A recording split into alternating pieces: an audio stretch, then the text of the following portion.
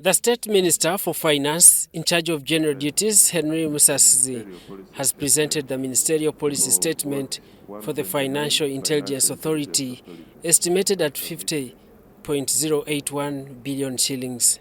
Mr. Chairman, ahead of 2028 mutual evaluation, there is an urgent need to fast-track initial actions, including targeted actions in the national anti-money laundering strategy. He defended the budget, citing the need to sustain the achievements made in implementing the anti-money laundering framework and to enhance the effectiveness of Uganda's strategic interventions against financial crimes. Ugandans can now access their financial resources while in other countries and also easily transact without stringent due diligence.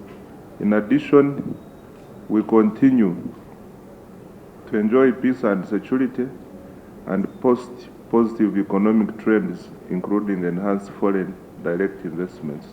In the police annual crime report released on Monday, a total of 18 cases related to money laundering and 1 case to terrorism financing were registered, involving approximately 20 billion and 1.2 billion respectively.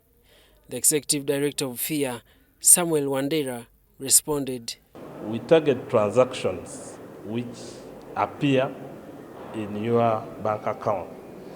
If the transactions are suspicious in nature, we interrogate, find out exactly what these transactions are doing and the behavior of the transactions. The members of Parliament sitting on the Finance Committee questioned the link between the Financial Intelligence Authority and political interests.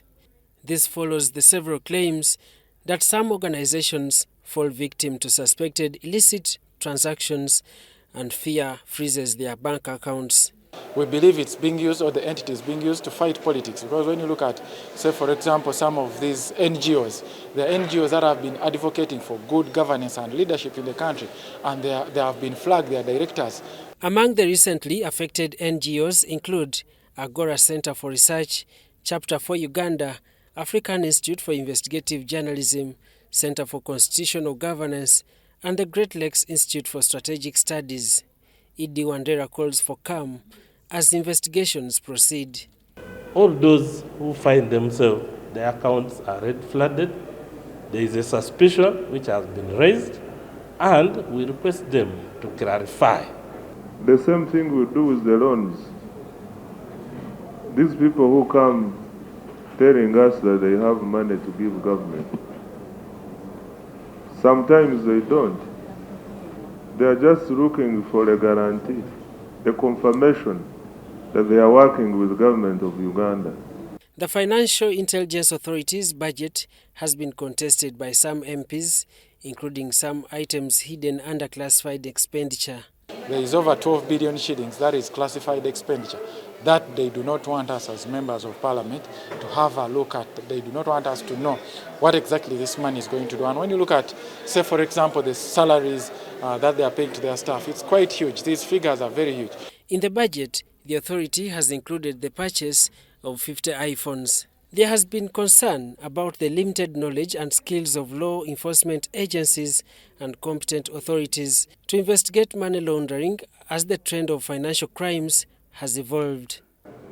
The legislators on the Finance Committee deliberated on the budget under the vote 130 of the Treasury operation.